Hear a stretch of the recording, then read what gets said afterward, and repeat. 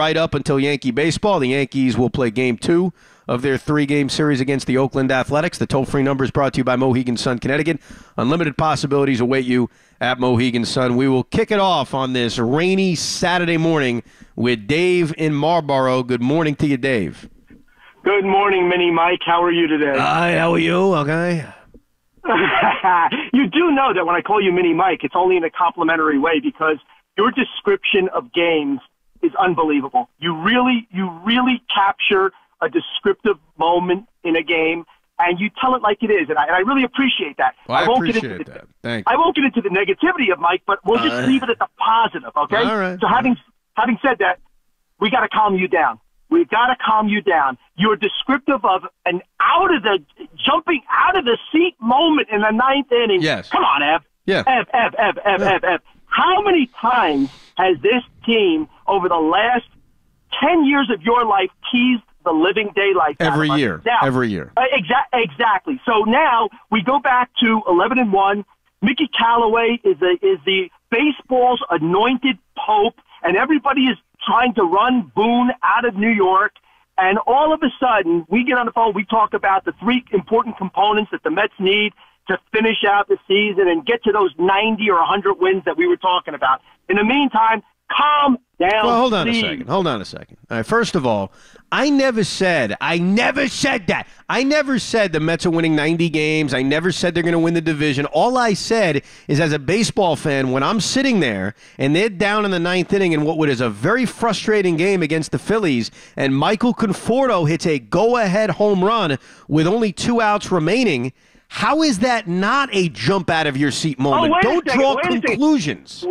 Wait a second. So you jumped out of your seat because you were so shocked like I was? Yeah. Well, part of that, part of excitement. I want to win a game. I'm sitting there investing 3 hours of my life. I want to win, bro. What do you want from me?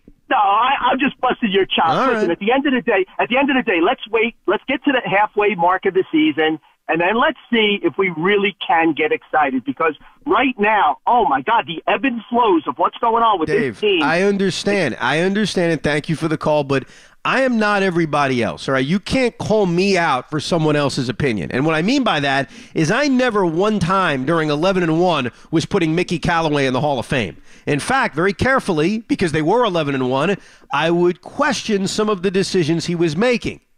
Not rip him, not say he's a terrible manager, but carefully, because when you're winning every single day, same with the Yankees winning streaks, it's awkward to be blasting managers when you're winning all the time. So I never put this guy in the Hall of Fame, and I've never fired Aaron Boone. So I understand that some people did, and you want to take shots at them, that's fine. I can only speak for myself. I can only defend my own opinions. And my own opinion of last night was not that the Mets are going out and winning a championship, because I stand by what I've been saying the last 2 weeks, which is this team is not that good in a lot of areas. In fact, outside of the top 2 guys in the rotation, where are they really good? I stand by all of that. But as a fan, especially when you invest so much time, are you not supposed to be excited if your team is about to hit a potential game-winning home run in the ninth inning? I'd almost question your fandom if you're not excited when your team is coming back. Let's go to Joey, who's in Brooklyn. How are you, Joey? Hey, how you doing? I'm good. People are out of their mind. Don't they remember last year how many times the Yankees had first and second with nobody out, and they didn't bunt, and they popped up, struck out, double play, and left them standing there without scoring a run. What Gleyber Torres did last night was unbelievable, beautiful. Made it second and third. I'll take second and third and 1 out every time with the big boys coming up. You got it. And look what happened after that. They walked 2 batters. And what he did his job. That's baseball. That's great baseball, what he did, moving the runners over in scoring position. Hey, I respect where you're coming from, Joey, and thanks for the call, because you're right. A lot of people over the last few years with the Yankees have always complained about not playing little ball. But remember, the intention of Gleyber Torres was not to move the runners. His intention was to get on base. His intention was the third baseman, Chapman, is playing back. I'm going to lay a bunt down. We're going to have bases loaded, nobody out. That was his intention. And in his mind, and again, I don't think it's bad, his thought was, worst case scenario, I'm going to get the bunt down, they'll throw me out, and then will have what Joey said, second and third one out. I get not wanting to give outs away. I understand that. But Torres was just trying to get on base. And even with not getting on base and advancing the runners, that inning failed because the big guys didn't come through. That's why it failed.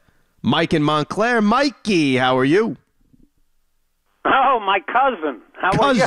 Cousin Mike, how are you? Yeah, well, see, that's what it's got to be from now on. I'll give you two people who aren't my cousin, although they are, but in the opposite way. Steve Kerr and Greg Popovich, for the Donald Trump. So who are you rooting for? Are you going to root for anybody? No. Oh, wait, well. Oh, no, Pop's out. I forgot about that. What do you think of Mike D'Antoni? Do you like him? No comment. Although the Celtics were always my team. But, yes, you know that I'm boycotting. You like Brad Stevens? Yeah. You know why? Because he was a manager.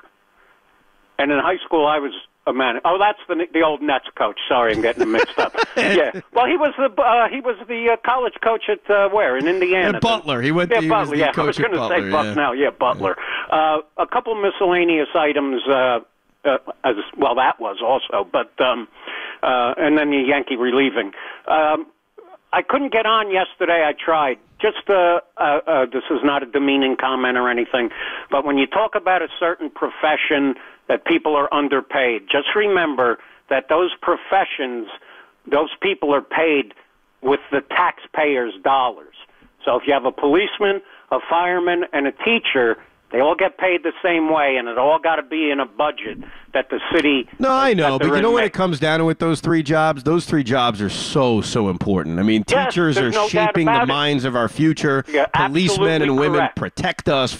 So it's just, I mean, I get the nature of it. It's just their importance to our society is so great. You're correct, but remember this: after they work, they do very, very well, and they're still on the taxpayers' dole. No, I get it. So that's, see, by example, a cement mason in the city of New York, $700 a day. So it's the same kind of thing. I understand. In a different way. Gary Sanchez, I hope he becomes a great player. I mean, he's very good. But from yesterday, let's wait till he wins 3 MVPs like Yogi Berra before we can start making an opinion on that. And the other thing I just wanted to say was, how many times has the Yankees' relief pitching faltered? The bullpen, it's funny you say that, and thanks for the call, Mike. The bullpen has not been great this season. I still trust it more than the Red Sox bullpen. I still think it's going to be a strength of this team. But David Robertson has had his bad days, and we saw it yesterday, or the grand slam to Justin Smoke. He's had his bad days. Chad Green, we saw it a few nights ago. He's had his bad days.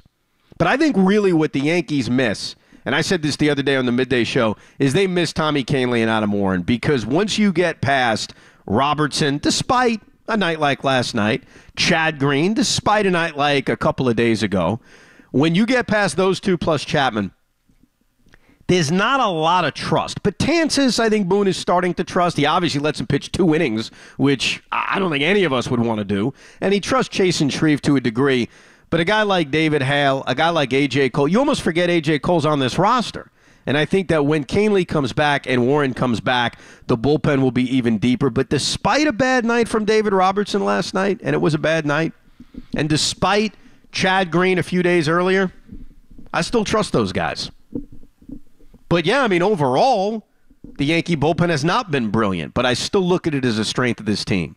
More of your calls next. Plus, I will attempt, and that's the key word, I'm going to attempt to calm the masochist Met fans down about Matt Harvey.